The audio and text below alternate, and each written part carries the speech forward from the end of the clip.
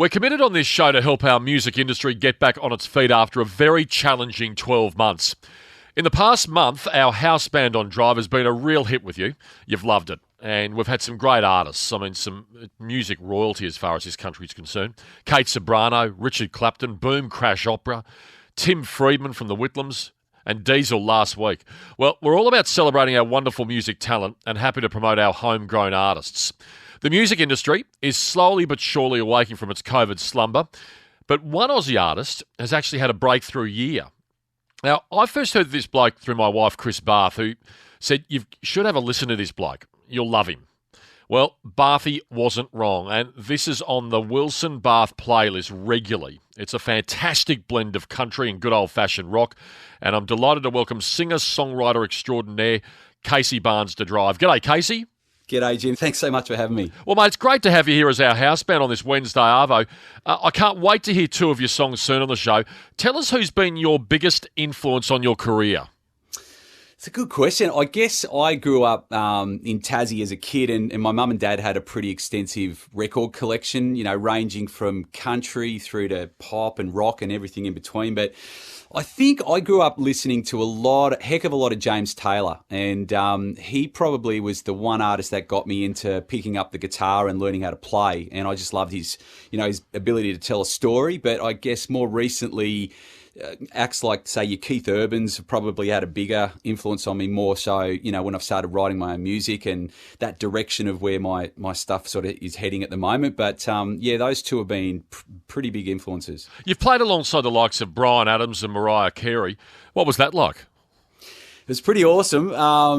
Both of them were totally different experiences, but both amazing. And I guess the first one was getting to open for Bryan Adams, and you know, we were chatting off air about this whole story behind it. But when I was a kid, the first ever CD that I got was Bryan Adams' Greatest Hits, and I remember you know, getting the album out and learning how to play every song, and always, you know, was a huge fan. And then fast forward to, you know, a few years later, I was doing some corporate gigs, believe it or not, for John Eales, who used to captain the Wallabies, and he sort of chatted to me at the end of these gigs, and I gave him a copy of my little independent CD at the time, and he called me about a week later and said, "Mate, I love your album. I want to try and help you." And I was thinking, how the heck's John Eales going to help me with my music career? And as it so happens, he happens to know a lot of people, and I got a call a short time after that, and the opportunity came along to open for Bryan Adams for A Day on the Green, and it was my first big break, and sort of kick-started everything. The World Cup winning Wallabies captain helping Casey Barnes to get on the same gig and the same bill as Bryan Adams. Not bad. I love that. Not bad. And one of the nicest blokes I've met. He's such, I mean, everything you hear about John Eales is totally true. He's a lovely man, and very passionate about, I think, you know, helping anyone that's having a go. Yeah, no, he's a good man, John Eales. Now, where did the whole notion of combining country music with rock and pop rock come from, Casey?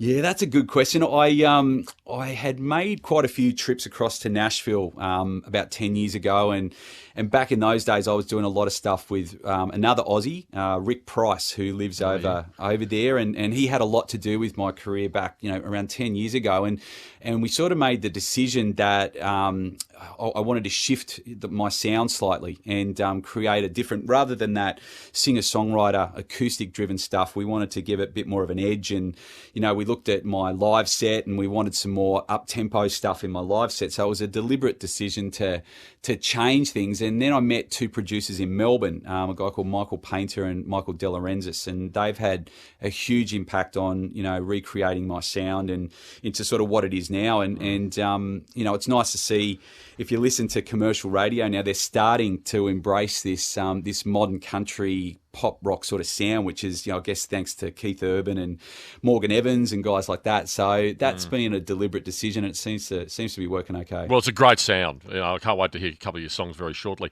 Let's talk about Chugg Music and the godfather of that label, Michael Chugg. We love Chuggy. How big an influence has Chuggy been on your career?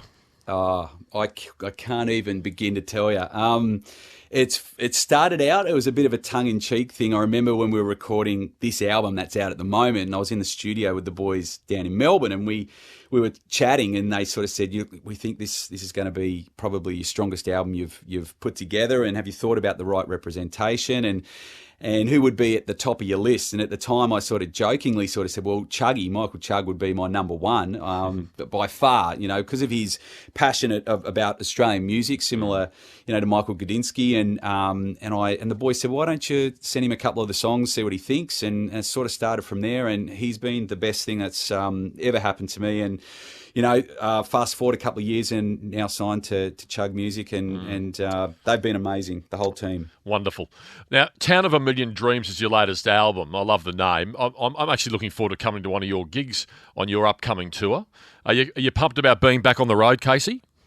Mate, very pumped. It was tough last year. We're so used to being able to get out and play live, and when you take that away, it makes things very, very tough. But we're lucky that we're back doing shows again, and I think we forget how fortunate we are in Australia to be able to start doing that. And we're kicking off a national tour in June, and we're going to be heading all over the place, but coming down to Sydney as well to play on the 9th of July. So looking forward to that. Yeah, I'll be at that. That's at the Paddo RSL, so it's going to be a big night. Barth and I will be there with bells on. Don't worry about that. Well, excellent. Well done, Casey. Now, we'll put those tour dates, by the way, and the venues on our website at 2gb.com. Right, you're going to play 2 songs for us this Savo. Which ones have you opted for? And just tell us a bit about them. Yeah, I guess the first track I'm going to do is the current single. And I guess last year in COVID, did a lot of co-writing, and I teamed up with 2 songwriters that I've done a lot of stuff with over in Nashville, and co-wrote this track. It's called Come Turn Me On, and it's all about missing home when you've been away. For me, I'm married and I've got 2 young daughters, and I guess when you're on the road and you are away, you do miss home. So it's about that whole vibe of missing the ones you love, and you can't wait to get back home. And then the other one is a track that it's got a cool backstory. It's called City Girls, but it's all about a couple that live out of town, out in the middle of nowhere, and on the weekends they like to pack their bags and head into the big smoke and have a good time. And it's a bit of a shout out to all the country folks out there. Right. Well, looking forward to this. It's almost time, Casey, so I'm going to let you go and get your guitar. And thanks so much for coming and being our housebound on Drive. And looking forward to your first song coming up, Come Turn Me On. Thanks, mate. Thanks so much for having me.